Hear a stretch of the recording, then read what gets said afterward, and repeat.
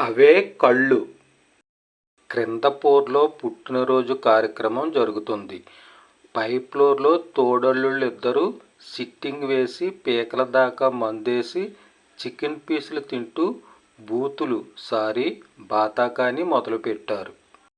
భగవంతుడు చాలా చెడ్డవాడు, అందగత్తెలందర్నీ శపించాడు. వేదాంత ధోరణిలో మాట్లాడాడు చిన్నోడు. ఎందుకు నీకు ఆ డౌట్ వచ్చింది? ఆశ్చర్యంగా అడిగాడు పెద్దోడు.